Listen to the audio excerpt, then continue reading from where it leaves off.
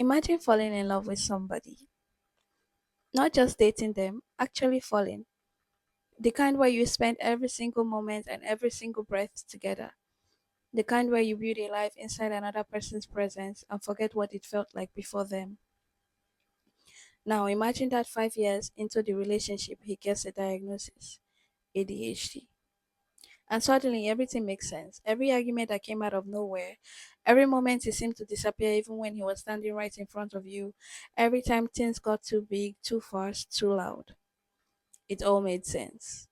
But here's the part nobody tells you: understanding the name doesn't mean you understand the condition. And I learned that the hard way. Hi, everyone. Welcome back. Today, I'm doing something a little different. I'm not reading from research papers or quoting statistics.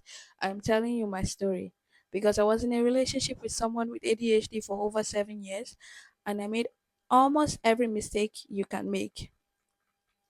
This video is for the partners, the ones who love someone with ADHD and don't know what they are navigating, the ones who are tired, confused, and trying to figure out if this relationship is worth fighting for. I see you. Stay with me. We were 5 years in when he found out.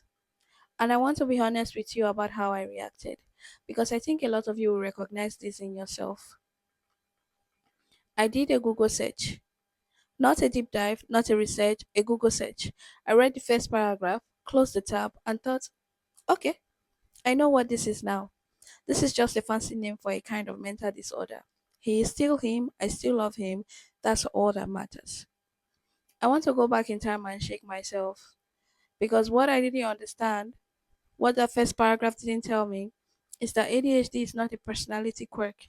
It's not something you push through. It's not something that goes away if you just try harder or stay positive.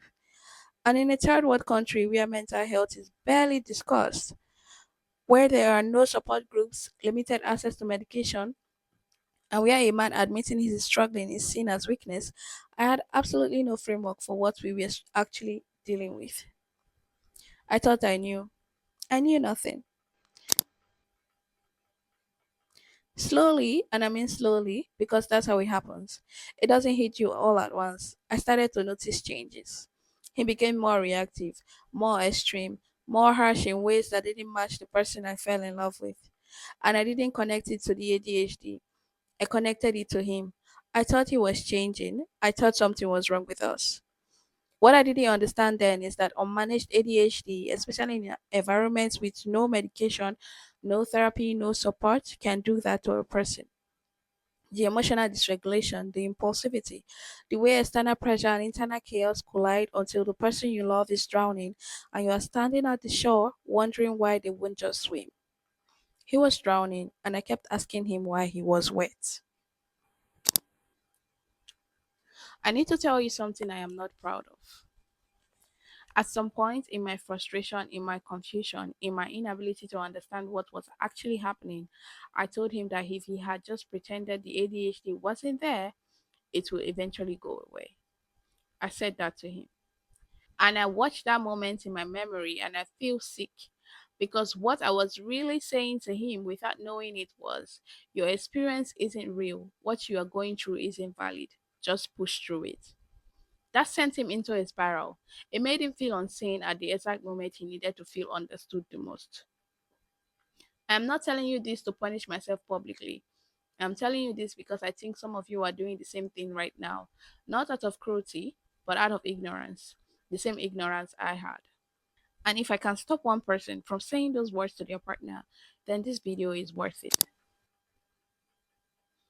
Here's what I know now that I didn't know then. Loving someone with ADHD means accepting that today they can be warm, present, funny, the best versions of themselves. And tomorrow, for reasons that have nothing to do with you, they can be cold, distant, or completely overwhelmed. It is not personal, but it feels personal every single time. In countries where medication is accessible, management is hard but navigable. In places where it isn't, where your partner is, as I like to say, raw dogging their ADHD with no pharmaceutical support, you have to think differently. You start researching supplements, dietary changes, routines, and structures that help regulate your nervous system, exercise, sleep, reducing stimulants. You become part of the management system, not because it's your responsibility to fix them, but because love in this context requires education. There will be bad days. I promise you, there will be bad days. Days where you want to lose your mind, days where you don't recognize the relationship you signed up for. But if this is someone you genuinely love and they are willing and ready to put in the work, it might be worth holding on to. It might be worth fighting for. Our relationship ended, and I won't put all of it on ADHD. That wouldn't be fair or accurate. There were other things, life things, pressure things, the kind of complicated human things that don't fit neatly into a script.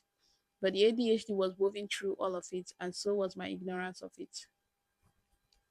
After it ended, I finally did the deep dive I should have done in a year five.